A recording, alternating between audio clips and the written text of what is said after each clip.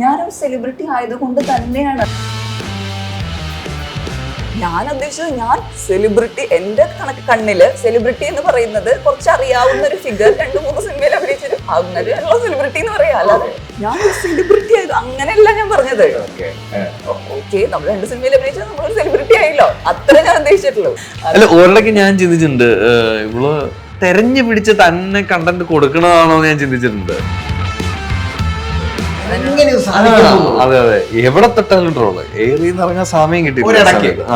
നമ്മള് 2 വർഷം മുമ്പ് ആക്സിഡന്റ് ഉണ്ടായ സമയത്തൊക്കെ ഞാൻ ഇന്റർവ്യൂസ് കൊടുക്കുമ്പോൾ എനിക്കറിയാം ഉറപ്പായിട്ടും ട്രോള് വരും എന്ന് എനിക്കറിയാം. ഷാഫി സാർ പണ്ട് എന്നോട് ഒരു കഥ പറഞ്ഞിട്ടുണ്ട്. ഇവരെ എവിടേക്കോ പോയി വരുന്ന സമയത്ത് പ്ലെയിൻ പെട്ടെന്ന് താഴ്ത്തേക്ക് പോയി ഒരു ഇതിന്. അപ്പൊ അത് സംഭവിക്കോ ഭയങ്കരമായിട്ട് പാനിക് അറ്റാക്ക് ഫീൽ അങ്ങനെ. ഗായത്രി ഇന്ന് ഫ്ലൈറ്റ് കയറി ദുബായിൽ വരികയാണ്. നാളെ ഷൂട്ട് തുടങ്ങും. പേടിയുള്ള സംഭവത്തിൽ പേടി. ഇപ്പൊ ഈ പേടിയുള്ള കാര്യം പറഞ്ഞപ്പോഴാണ് എനിക്കത് ഓർമ്മ ഉണ്ട്. അപ്പോൾ മധു, നമ്മൾ പ്രൊഡ്യൂസർ മധു പിക്ക് ചെയ്യാൻ പോയി. അപ്പോൾ ഞാൻ മധു വിളിച്ചു, മധു ഗായത്രി എത്തിയോ? മിസ്റ്റർ ഗായത്രി എത്തി. എങ്ങനെയുണ്ട് ആള്, കംഫർട്ടാണോ? പക്ഷേ ഗായത്രി ചോദിച്ചതേ വണ്ടി കിട്ട അല്ല ചേട്ടാ, ഇവിടുത്തെ രാജാവിന്റെ വീട്ടിലെ കടുവുണ്ട്.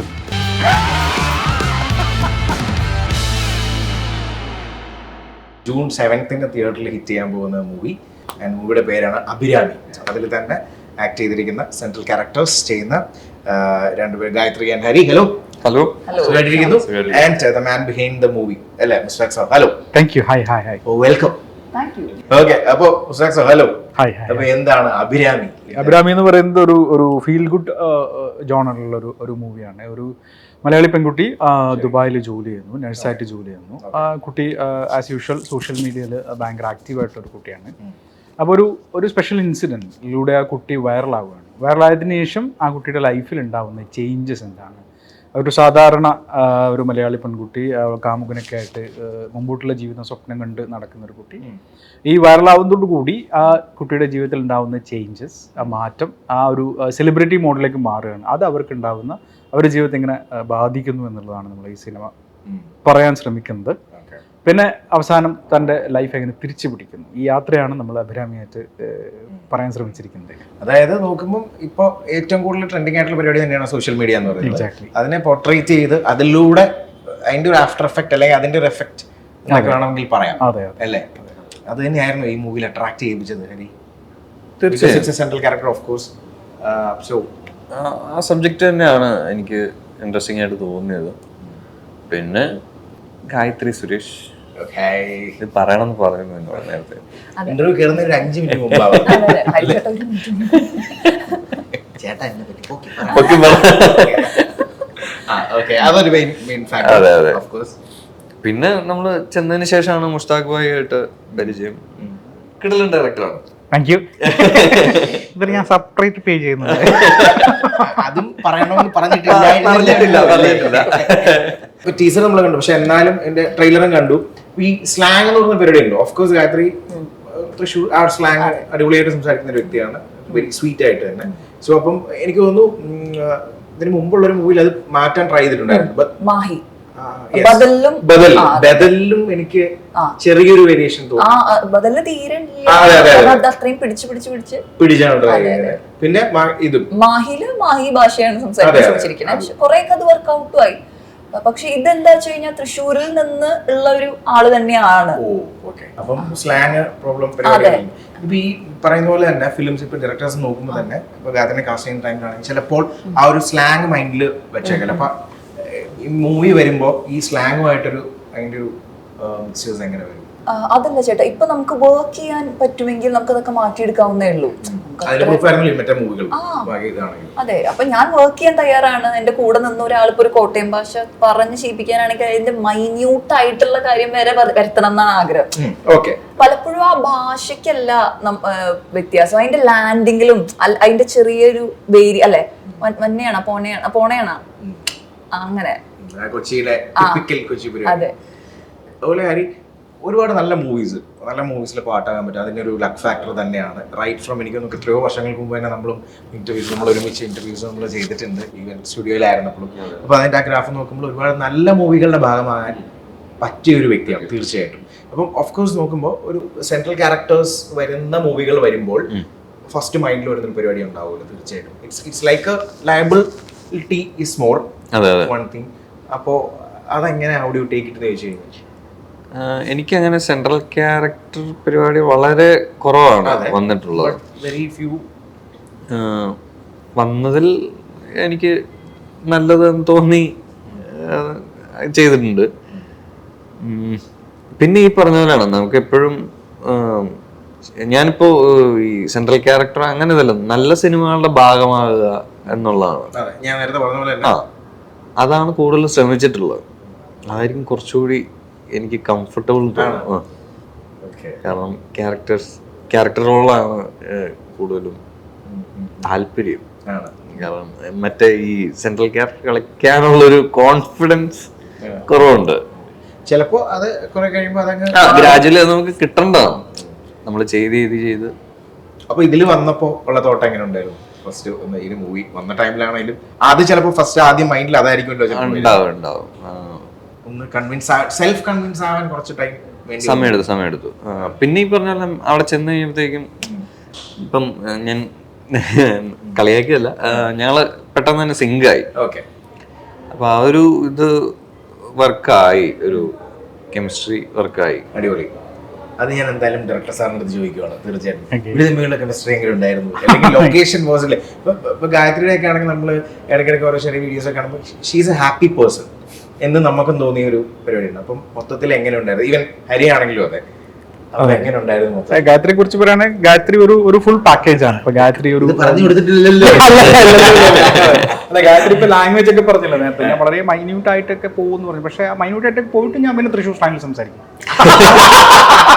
പോവും, പക്ഷെ അത് പറയാൻ തൃശ്ശൂർ സ്ലാങ്ങിൽ.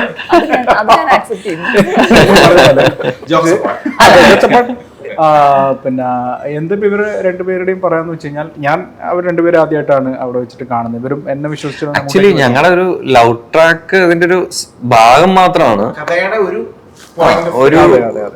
ഒരു സബ് ട്രാക്ക് ആയിട്ട് പോകുന്ന ഒരു ഇതാണ്. അതായത് ഗായത്രിയുടെ അഭിരാമിയുടെ ലൈഫ് കാണിക്കുന്ന ഒരു ഏരിയയിലാണ് ആ ഇത് വരുന്നത്. അപ്പോൾ അവരുടെ ലൈഫിൽ സംഭവിക്കുന്ന കാര്യങ്ങൾക്കൊക്കെയാണ് ആ ഒരു ലവ് സൈഡ് ഉള്ളത്.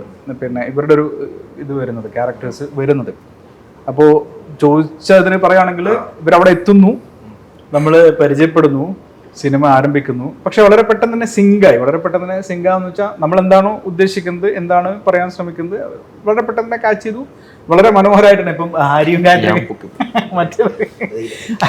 ഗായത്രിയൊക്കെ പറഞ്ഞാൽ രാവിലെ 6 മണിക്ക് തുടങ്ങിയിട്ട് രാത്രി 10-12 മണി വരെയൊക്കെ നമ്മൾ സ്കെഡ്യൂൾ പോവായിരുന്നു. കാരണം ഒന്നാമത് ഗായത്രിയുടെ റോൾ ഇതിൽ ഞാൻ പറഞ്ഞിരുന്നു 76 സീൻസ് ഒക്കെ ഉണ്ട്. അതിൽ ഏറ്റവും അത്രയും സീൻസ് ഉണ്ട് ഗായത്രിക്ക്. അത് തന്നെ ഡിഫറെന്റ് ലുക്കാണ്. ഹെയർ കേൾ ചെയ്യണം, സ്ട്രെയിറ്റ് ചെയ്യണം. അപ്പൊ ഒരേ ലൊക്കേഷനിൽ കേൾ ചെയ്ത ഹെയർ ഉണ്ട്, സ്ട്രെയിറ്റ് ചെയ്ത ഹെയർ ഉണ്ട്, വീണ്ടും കേൾ ചെയ്യുന്നുണ്ട്.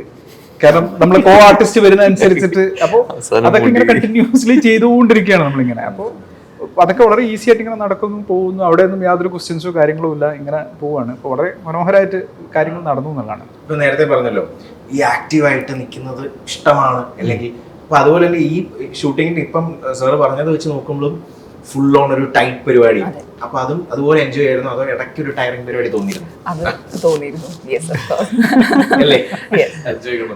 പക്ഷെ ഈ മുടിയുടെ കാര്യത്തിൽ സ്ട്രെയിറ്റൻ ചെയ്യാൻ കുഴപ്പമില്ല, കേൾ ചെയ്യാൻ മിനിമം ഒരു 2 മണിക്കൂറെങ്കിലും എടുക്കും.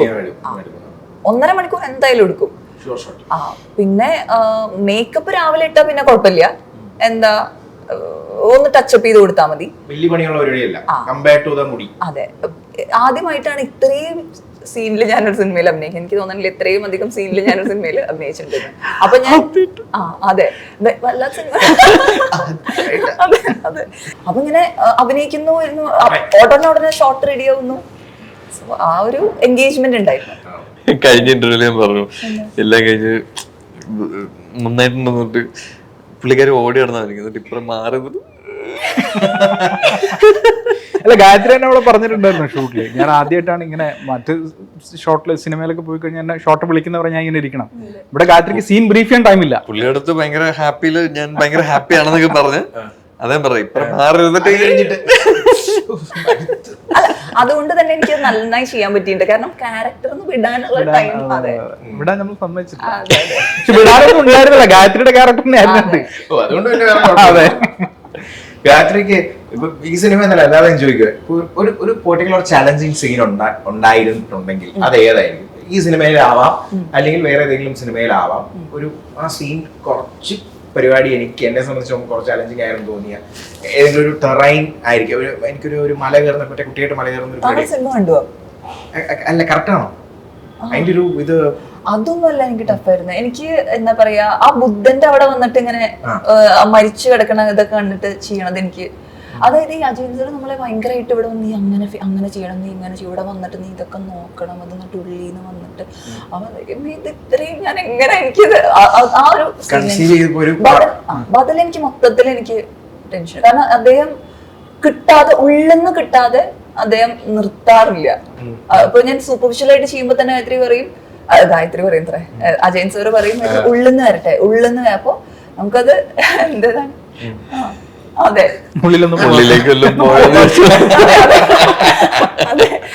അതെ. പക്ഷെ ഞാനത് നന്നായിട്ട് ഭയങ്കര ചാലഞ്ചിങ് ആയിരുന്നു. അതിൽ ആ ടെറൈനും കുറച്ച് പരിപാടി കയറുന്നതും ഇതുമൊക്കെ അങ്ങനെ ഉണ്ടായിരുന്നു. അതിന്റെ ഫ്രണ്ടിൽ വന്ന് നിന്നപ്പോഴത്തേക്കും തോന്നി ഇതാണോ അങ്ങനെ. പക്ഷെ പേടി കുറവായിരുന്നു. എനിക്ക് ഹൈറ്റ്സ് വലിയ പേടിയില്ലാത്ത ആളാ. കുഴപ്പമില്ല. ഓക്കെ. അപ്പൊ ആ കുട്ടി പിടിച്ച് കേറി പിന്നിലേക്ക് നോക്കുമ്പോ ഭയങ്കര വളരെ ഡീപ്പായിരുന്നു.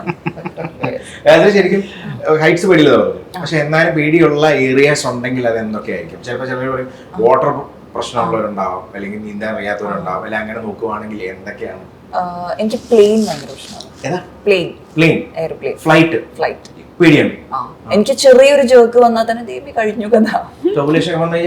അതെ, എക്സ്ട്രീമാ ചിന്തിക്കുക. കാരണം പ്ലെയിൻ ആണെങ്കിൽ ഫേറ്റൽ അല്ലേ. ഇപ്പൊ നമുക്ക് റോഡൊക്കെ ആക്സിഡന്റ് പറ്റിയാലും നമുക്ക് അതെ അതെ അതെ.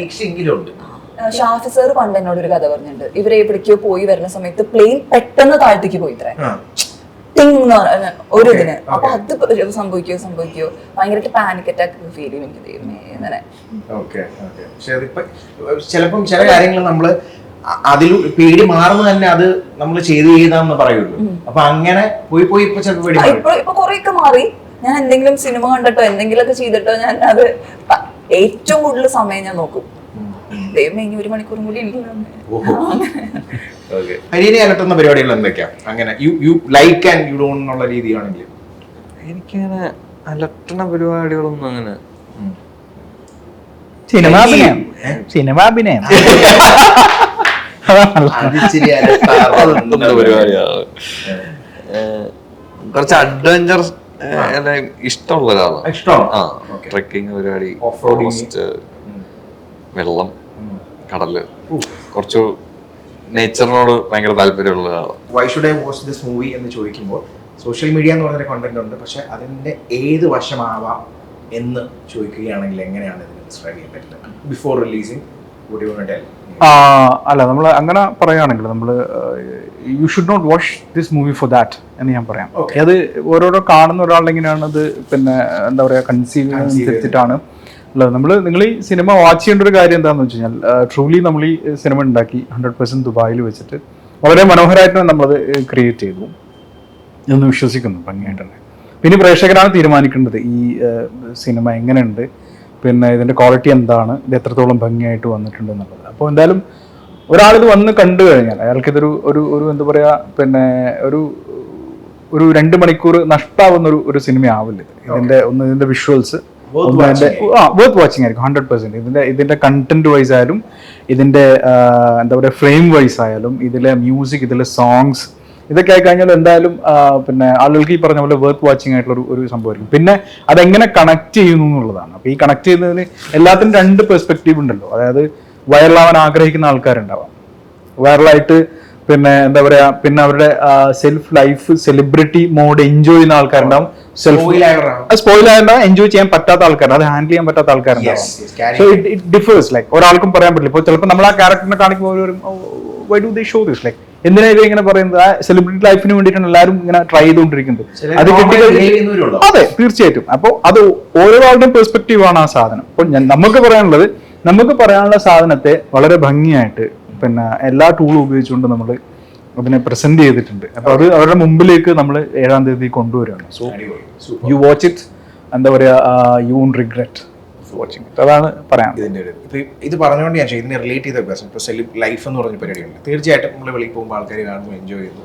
അപ്പോൾ അതിൽ ഈ പറയുന്നത് പോലെ ഈ ക്യാരി ചെയ്യുന്ന രീതി നിങ്ങൾ എങ്ങനെ ടേക്കപ്പ് ചെയ്യുന്നത്? അതായത് ഇപ്പോൾ പല രീതിയിൽ ചിലർ വളരെ നോർമലായിട്ട് അങ്ങനെയൊന്നുമില്ല, ഓക്കെ ബൈ അങ്ങനെ പറഞ്ഞു പോകുന്നവരുണ്ട്, അല്ലെങ്കിൽ ചിലപ്പോൾ കുറച്ച് കൺസേൺഡ് ആയിട്ട് നടക്കുന്നവരുണ്ട്. സോ ആ കാറ്റഗറി നോക്കുമ്പോൾ എങ്ങനെ ഗായത്രി ആണെങ്കിൽ? ഡിപ്പെൻസ് ചേട്ടാ. ചില സമയത്ത് എന്താ ഞാൻ കോൺഷ്യസ് ആണ്, പക്ഷേ ചില സമയത്ത് ഞാൻ ചിലപ്പോൾ തിങ്കിങ് മോഡിലായിരിക്കും. അപ്പോൾ ആരെന്താണ് ചിലപ്പോൾ ഞാൻ വല്ല ബുക്ക് വായിച്ചിരിക്കുകയാണെങ്കിൽ ഞാൻ ഫുള്ളി എൻഗ്രോസ് വിചാരിക്കും. അപ്പോൾ ആരെങ്കിലും എന്നെ നോക്കുന്നുണ്ടോ എന്നോ ഞാൻ ആലോചിക്കാറില്ല. ചില സമയത്ത് നമ്മൾ ചിലപ്പോൾ നല്ല വല്ല ഡ്രസ്സൊക്കെ ഇട്ട് പുറത്തേക്ക് ഇറങ്ങുമ്പോൾ നോക്കുന്നുണ്ടോ കുറച്ച് ആൾക്കാർ അങ്ങനെ. മാരി വേറെ കാര്യം ചോദിക്കാം. ഇപ്പം നല്ല സിനിമകളുടെ ഭാഗമാകുക എന്ന് പറയും. ഇപ്പോൾ റീസെൻ്റ്ലി നോക്കുവാണെങ്കിൽ വർഷങ്ങൾക്ക് ശേഷം പിന്നെ ഒരു team is it actually important എന്ന് ചോദിച്ചു കഴിഞ്ഞാൽ ഇപ്പോൾ ഒരു ഓർബിറ്റ്, ഒരു സ്ട്രോങ് ഓർബിറ്റ് ഉണ്ടാകുന്നത് എപ്പോഴും അടിപൊളിയല്ലേ ഇൻ ഫിലിം എന്ന് ചോദിച്ചു കഴിഞ്ഞാൽ? കാരണം അതിന്റെ ഭാഗമായിട്ടായിരിക്കും ചിലപ്പോൾ ഒരു പക്ഷേ നല്ല സിനിമകളും വരുന്നത്. അതെ അതെ. അതിനെപ്പറ്റി എന്താണ് വിനീതേട്ടൻ? തീർച്ചയായും ഇപ്പൊ ഈ പറഞ്ഞ പോലെ ആ ഒരു ഓർബിറ്റിന്റെ ഒരു ഭാഗമായിട്ട് തന്നെയാണ് എനിക്ക് ഞാൻ ചെയ്തേക്കണ നല്ല സിനിമകളെല്ലാം. ഇപ്പം മലർവാടി കഴിഞ്ഞു, അത് കഴിഞ്ഞിട്ട് അതിന്റെ അസിസ്റ്റന്റ് ആയിരുന്നു ജൂഡിന്റെ ഓം ശാന്തി ഓശാനോ. അവിടെ നിന്നാണ് എനിക്ക് മിഥുനെ കിട്ടുന്നത്. മിഥുന്റെ ആഡിൽ വന്നു. അപ്പൊ അങ്ങനെ എല്ലാം ഒരു കണക്റ്റഡ് ആണ്. ആട് വന്നു, ആട് 2, പാർട്ട് 3. അതും തീർച്ചയായും നമ്മളിപ്പോ റീസെന്റ് അത് ലോഞ്ചിങ് പരിപാടിയായിരുന്നു. അതെ അതെ, അതിന്റെ സ്ക്രിപ്റ്റിംഗ് നടക്കുന്നു. എന്റെ ഫേവറേറ്റ് ശരിക്കും ആ 2-നേക്കാളും ഫസ്റ്റ് ആയിരുന്നു. അതിപ്പോ അന്ന് തിയേറ്ററിൽ തകർത്ത് കളഞ്ഞു. പക്ഷെ പിന്നെ ഇത് വന്ന് ഹിറ്റ് ആയതുകൊണ്ടാണല്ലോ സെക്കൻഡ് ഇറങ്ങാനുള്ള റീസൺ. ഇപ്പൊ തേർഡിന്റെ പരിപാടികൾ എങ്ങനെ കൂടുതൽ പറയാൻ എന്താ തീർച്ചയായും പറ്റില്ല എങ്കിലും ഇല്ല അല്ല, എനിക്കും വലിയ ഐഡിയ ഇല്ല. കാരണം എഴുത്ത് നടക്കണു, ഇതിനൊന്നും പറഞ്ഞിട്ടില്ല എന്താന്നുള്ളത്. നമ്മൾ ഒരു സിനിമയുടെ പേര് പറയുമ്പോൾ നമ്മൾ ആദ്യം ഓർക്കുന്ന ചില കാര്യങ്ങൾ അങ്ങനെ നോക്കുമ്പോൾ ആട് 2 വരുവാണെങ്കിൽ എന്തായിരിക്കും? ശരിക്കും പറയുന്ന ടീം തന്നെയാണ്. ഇപ്പം ഇതിന്റെ ഒരു ടീം, ആ ഒരു ഷൂട്ടിന്റെ മോഡ് എന്ന് പറഞ്ഞാൽ ഫുൾ ഫൺ പരിപാടിയാണ്. കാരണം നമുക്ക് എന്ത് കൗണ്ടറും എന്ത് കാര്യങ്ങളും നമുക്ക് പറയാം. അപ്പൊ ആ ഒരു സ്പേസ് അതൊരു ഭയങ്കര കാര്യമാണ്. നമ്മുടെ സജഷൻസ് നമുക്ക് ഓപ്പൺ ആയിട്ട് പറയാം, യാതൊരു പ്രശ്നമില്ല. ഫുൾ എല്ലാം ഈ പറഞ്ഞ പോലെ കോമഡിയുടെ ഉസ്താദുകളായിരുന്നല്ലോ. അപ്പൊ അതൊരു ഭയങ്കര പോസിറ്റീവ് തന്നെയായിരുന്നു.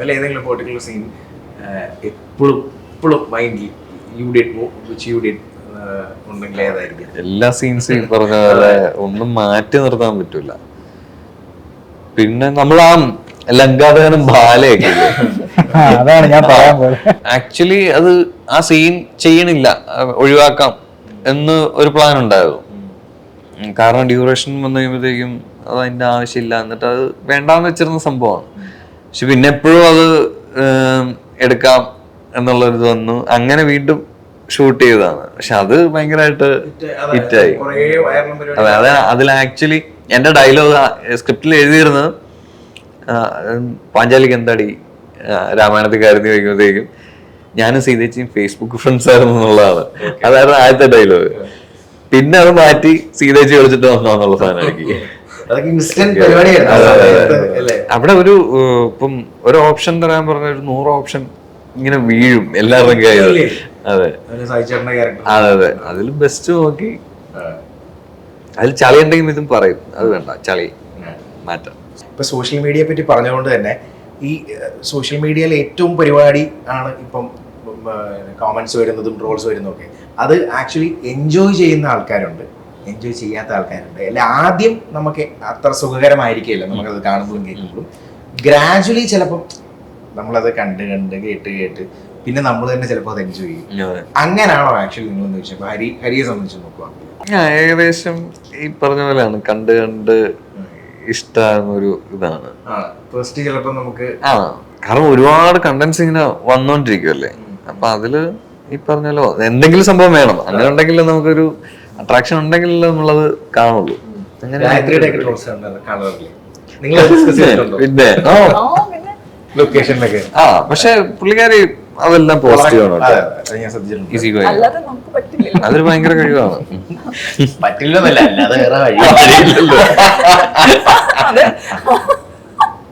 അല്ല ഒരിടയ്ക്ക് ഞാൻ ചിന്തിച്ചിട്ടുണ്ട്, ഇവള് അതായത് തെരഞ്ഞു പിടിച്ച് തന്നെ കണ്ടന്റ് കൊടുക്കണതാണോ എന്ന് ഞാൻ ചിന്തിച്ചിട്ടുണ്ട്. എങ്ങനെ ഇത് സാധിക്കുന്നു? അതെ അതെ, എവിടെ തൊട്ടാലും ട്രോള്. ഏറിന്ന് ഇറങ്ങാൻ സമയം ഒരിടയ്ക്ക്. കിട്ടിയില്ല. ശരിയാ. അപ്പൊ ഞാനിങ്ങനെ ചിന്തിച്ചിട്ടുണ്ട്, ഇത് മനഃപൂർവ്വം കൊടുക്കണ ചോദിച്ചിട്ടില്ലേ? ഞങ്ങൾ ആരും തലക്കടിച്ചേ ഉള്ളൂ, വയറ്റിട്ട് കുത്തി, വേറൊന്നും ചെയ്തില്ല. അതല്ല, പക്ഷെ ഞാൻ ഒരുപാട് ഇന്റർവ്യൂസ് കൊടുത്തിട്ടുണ്ട്, എനിക്ക് അറിയാം ട്രോള് വരും എന്നുള്ളത്. ശരി, എക്സ്പെക്ടഡ് ആണ്. അതായത് ഇപ്പൊ ഈ ഡൗട്ട് എനിക്ക് പേർപ്പസ്ഫുള്ളി ഇതിനു വേണ്ടി തന്നെ കൊടുക്കുന്നതാണോ ഡൗട്ടുണ്ട്. പക്ഷെ അല്ല, അങ്ങനല്ല. അല്ല ഞാൻ പറയട്ടെ, അങ്ങനെയാണെങ്കിൽ ഇപ്പൊ എന്താ അല്ലേ? കുഴപ്പമൊന്നുമില്ല. ട്രോള് വരാൻ വേണ്ടി നമ്മളായിട്ട് തന്നെ നമ്മൾ ഓരോ കണ്ടന്റ്സ് കൊടുക്കുന്നു ആണെങ്കിൽ ഇപ്പൊ അതൊരു മാർക്കറ്റിംഗ് ടൂളാണ്. ഞാൻ അങ്ങനെ ചെയ്തു എന്നല്ല പറയാം, അങ്ങനെ ചെയ്തു എന്ന് പറഞ്ഞാലും എനിക്ക് കുഴപ്പമില്ലാന്ന്. പ്രോബ്ലം നോക്കി ട്രോൾ ക്രിയേറ്റ് ചെയ്തു, അടിപൊളി. Happy happy.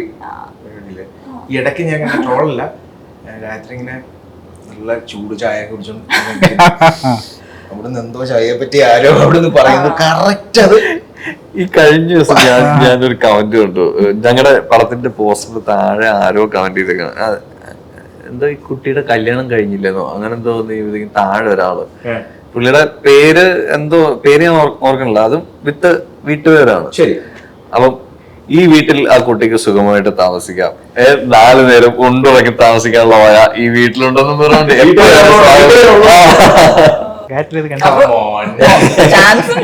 ട്രോളിന്റെ കൂടെ തന്നെ ഫാൻസ് ഉണ്ട്. ഫാൻസ് അതും നമ്മളെ പോസിറ്റീവ് ആകൂല. അങ്ങനെയുള്ള എത്രയോ പേര് അല്ലേ, യുവർ ഫൺ അല്ലെങ്കിൽ അടിപൊളിയാണ്, പോസിറ്റീവ് ആണ്. അതെനിക്ക് ഏറ്റവും കൂടുതൽ ഫീൽ ചെയ്തിട്ട് സോഷ്യൽ മീഡിയയിലല്ല, ഞാൻ ഈ പുറത്തേക്ക് പോകില്ല. അപ്പൊ നമുക്ക് ഡയറക്റ്റ് ടാഞ്ചിബിൾ എക്സ്പീരിയൻസ് ഉണ്ടല്ലോ. അപ്പൊ ഈ ആൾക്കാരുടെ മുഖത്തുണ്ടാകുന്ന ആദ്യത്തെ റിയാക്ഷൻ ഉണ്ടല്ലോ, അതെന്ത് ഭയങ്കര എന്തോ നമ്മളെ ഭയങ്കര ഇഷ്ടമുള്ള ഒരു റിയാക്ഷൻ ആണ് എനിക്ക് ആദ്യം കിട്ടാറ്. എന്തോ ചിലര് ഭയങ്കരമായിട്ട് നോക്കി ചിരിക്കും. അപ്പൊ എനിക്ക് ഞാൻ കൂടുതലും എക്സ്പ്രഷൻസ് നോക്കണ ആളാണ്. സോ അത് നമുക്ക് ആദ്യത്തെ ഒരു എക്സ്പ്രഷൻ നമുക്ക് മൂടി വെക്കാൻ പറ്റില്ല. അപ്പൊ ആ സ്നേഹം ഫീൽ ചെയ്യുന്നുണ്ട്. അപ്പൊ കൂടുതലും അതാണ്. എപ്പോഴെങ്കിലും ലൈക്ക് ഓക്കെ ഇത് ട്രോൾ ആകും എന്ന് ഓർത്തിട്ടുണ്ടോ? എന്തെങ്കിലും ഒരു പരിപാടി വന്നു? നമ്മൾ 2 വർഷം മുമ്പ് ആക്സിഡന്റ് ഉണ്ടായ സമയത്തൊക്കെ ഞാൻ ഇന്റർവ്യൂസ് കൊടുക്കുമ്പോൾ എനിക്കറിയാം ഉറപ്പായിട്ടും ട്രോള് വരും എന്ന് എനിക്കറിയാം. പക്ഷെ എന്റെ അന്നത്തെ ഇതെന്ന് പറഞ്ഞു കഴിഞ്ഞാൽ എങ്ങനെങ്കിലും എന്റെ ആ ഹേറ്റ്രഡ്, ആ ആക്സിഡന്റ് ഉണ്ടായപ്പോഴത്തുള്ള ഹേറ്റ്രഡ് എങ്ങനെങ്കിലും ഒന്ന് മാറ്റിയെടുക്കണം, എന്റെ സൈഡ് ഒന്ന് ക്ലിയർ ചെയ്യണം. And by with each interview ഇത് മാറും എന്ന് എനിക്കറിയാമായിരുന്നു. പക്ഷെ അതിന്റെ കൂടെ കുറച്ച് ട്രോൾസും വരും എന്ന് എനിക്കറിയാം. നമ്മളത് ക്ലിയർ ചെയ്യാൻ പോയാലും അവിടെ ട്രോളും വരും. അതെല്ലാം മറ്റേത് പറഞ്ഞത്, തലക്ക് ചട്ടി അടിച്ച് പൊട്ടിച്ചു ഞാനൊന്നും ചെയ്തില്ല പറഞ്ഞല്ലേ. ഞങ്ങളാ ഗ്ലാസ് അടിച്ച് പൊട്ടിച്ചിട്ടുള്ളൂ ചേട്ടാ, വേറെ ഒന്നും അത് കഴിഞ്ഞിട്ടാണ് മറ്റേത് പറഞ്ഞു, എനിക്ക് 9,000 എന്താണ് കണക്ക് പറഞ്ഞില്ലേ, അത് അതിനുശേഷം അത് കഴിഞ്ഞപ്പോഴാണ് എനിക്ക് ഭയങ്കര ഹേറ്റഡ് കിട്ടിയത്. പിന്നെ എനിക്ക് മനസ്സിലായി ഞാൻ ചെയ്തതിന്റെ ഒരു ശരിയാണ് അത്. പിന്നെ അത് ഞാൻ പക്ഷെ അത് അതിന് മുമ്പ് പറഞ്ഞാണോ? അതില് എന്താ പ്രശ്നം എന്നറിയോ? ഞാൻ പറഞ്ഞു എന്താ പറയാ, ഞാനൊരു സെലിബ്രിറ്റി ആയതുകൊണ്ട് തന്നെയാണ് അവര് ഞങ്ങളെ വളഞ്ഞിട്ട് പിടിച്ചത് എന്ന് പറഞ്ഞു. ഞാൻ ഉദ്ദേശിച്ചത് ഞാൻ സെലിബ്രിറ്റി, എന്റെ കണ്ണില് സെലിബ്രിറ്റി എന്ന് പറയുന്നത് കുറച്ച് അറിയാവുന്ന ഒരു ഫിഗർ 2-3 സിനിമയിൽ അഭിനയിച്ചൊരു അങ്ങനെയുള്ള സെലിബ്രിറ്റി എന്ന് പറയാ. ഞാൻ സെലിബ്രിറ്റി ആയത് അങ്ങനെയല്ല ഞാൻ പറഞ്ഞത്. ഓക്കെ, നമ്മൾ 2 സിനിമയിൽ അഭിനയിച്ചാൽ നമ്മളൊരു സെലിബ്രിറ്റി ആയില്ലോ, അത്ര ഞാൻ ഉദ്ദേശിച്ചിട്ടുള്ളൂ. അതെ, അതാണ് ഇത്. ഏത് സെലിബ്രിറ്റി ഈ ലൊക്കേഷനിലും ഇങ്ങനെയൊക്കെ തന്നെ ആയിരുന്നു. അഭിരാമി എന്ന് പറയുന്ന സിനിമയുടെ ലൊക്കേഷനിലും നിങ്ങൾ ഇതുപോലെ ശരിക്കും എൻജോയ് ചെയ്തത്? കാരണം ഒരുപാട് സീൻസ് എടുക്കാനുണ്ട്. അത് ഞാൻ 2 കാര്യമായിട്ട് പറയാം. സത്യം പറയാന്ന് വെച്ചാൽ അഭിരാമി ഗായത്രി ആദ്യം വരുമ്പോ നമ്മള് വിചാരിക്കുന്നത് ഭയങ്കര കൗണ്ടർ പറയുന്ന, ഭയങ്കര ഒരു പിന്നെ എന്താ പറയാ, ഭയങ്കര ഒരു ഓവർ ഇതായിട്ടുള്ള ഒരു ലേഡി ആയിരിക്കും എന്ന് വിചാരിച്ചിട്ടാണ് നിൽക്കുന്നത്. പക്ഷെ ഭയങ്കര ഡൗൺ ടു എർത്താണ്. ഞാൻ മുമ്പിൽ ഇരുത്തിട്ട് പറയല്ല, സോറി. അല്ല, ആദ്യമായിട്ട് താങ്കൾ പറഞ്ഞ് ഭയങ്കര ഡൗൺ ടു എർത്ത് ആണ്, പക്ഷെ സോറി മുമ്പിൽ ഇരുത്തിയിട്ട് ഞാൻ പ്രശംസിക്കില്ല പറയാം. ഭയങ്കര പിന്നെ എന്താ പറയാ, ഡൗൺ ടു എർത്ത് ആയിരുന്നു. പിന്നെ വളരെ കോപ്പറേറ്റീവ് ആയിരുന്നു. പക്ഷേ ഇതൊരു ഭാഗത്ത്, മറ്റൊരു ഭാഗത്ത് എന്ന് വെച്ച് കഴിഞ്ഞാൽ ഗായത്രി ഇന്ന് ഫ്ലൈറ്റ് കയറി ദുബായിൽ വരികയാണ്. നാളെ ഷൂട്ട് തുടങ്ങും. പേടിയുള്ള സംഭവത്തിൽ പേടി. ഇപ്പൊ ഈ പേടിയുള്ള കാര്യം പറഞ്ഞപ്പോഴാണ് എനിക്കത് ഓർമ്മ വന്നത്. അപ്പോ മധു നമ്മൾ പ്രൊഡ്യൂസർ മധു പിക്ക് ചെയ്യാൻ പോയി. അപ്പോൾ ഞാൻ മധു വിളിച്ചു, മധു ഗായത്രി എത്തിയോ? പക്ഷേ ഗായത്രി എത്തി. എങ്ങനെയുണ്ട് ആള്, കംഫർട്ടാണോ? നമ്മളെ കുറിച്ച് പക്ഷേ ഗായത്രി ചോദിച്ചതേ വണ്ടി കിട്ട അല്ല ചേട്ടാ ഇവിടുത്തെ രാജാവിന്റെ വീട്ടിലെ കടുവുണ്ടോ? ഫസ്റ്റ് ചോദിച്ച ചോദ്യാണ്. ഞാൻ ചോദിച്ചു എന്തർത്ഥത്തിലാണ് ഇവർക്ക് ചോദിച്ചിരിക്കുന്നത്, അഭിരാമി എന്താണ്? ക്യൂരിയസ് ആയിട്ട് ചോദിച്ചൊരു കാര്യമായിരിക്കും. അതായത് ഭയങ്കര സീരിയസ് ആയിട്ട് മണ്ണിയുടെ പുറകല്ല ചേട്ടാ ഇവിടെ കടുവുണ്ടോ ഈ രാജാവിന്റെ വീട്ടിൽ? അപ്പൊ എന്താണ് ചോദിച്ചത്, അതെന്തായിരുന്നു ചോദിക്കാൻ കാരണം? കോമഡി ആയിട്ട് ഓർത്ത് കാണും അല്ലേ നിങ്ങൾ? നമ്മൾ ഓർത്തുന്നല്ല, നമ്മൾ കുറച്ചു നേരം ഫ്രീസായി. എന്താ ഈ കുട്ടി ഇങ്ങനെ ചോദിക്കും? അതല്ല ടൈഗർ എന്ന് പറഞ്ഞാൽ നല്ല വലിയൊരു റീൽസ് കാര്യങ്ങളൊക്കെ അപ്പൊ അതിനൊരു പെറ്റായിട്ട് വീട്ടില് ടൈഗർ അതാണ് നിങ്ങൾക്ക് 4 മണിക്കൂർ പേടിച്ച് ഫ്ലൈറ്റിൽ വന്ന് അവിടെ ഇറങ്ങി കഴിഞ്ഞിട്ട് നമ്മളോട് സിനിമയെ കുറിച്ച് ചോദിക്കാനല്ലോ. രാജാവിന്റെ വീട്ടിൽ കടുവുണ്ട്. ഞങ്ങളൊരു പറയാൻ മൈൻഡിൽ സെറ്റ് ചെയ്ത് വെച്ചു. ബ്രിഡ്ജില് ഒരു നൈറ്റ് ഒരു സീക്വൻസ് എടുത്തോണ്ടിരിക്കുക. ഭയങ്കര ഇമോഷണൽ ആയിട്ട് ഒരു സാധനമാണ്.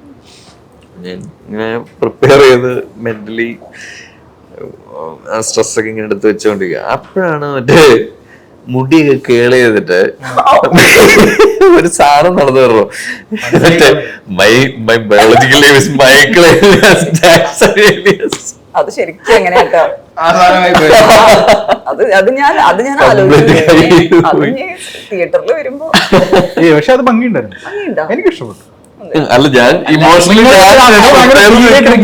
സാധനം വരുമ്പോ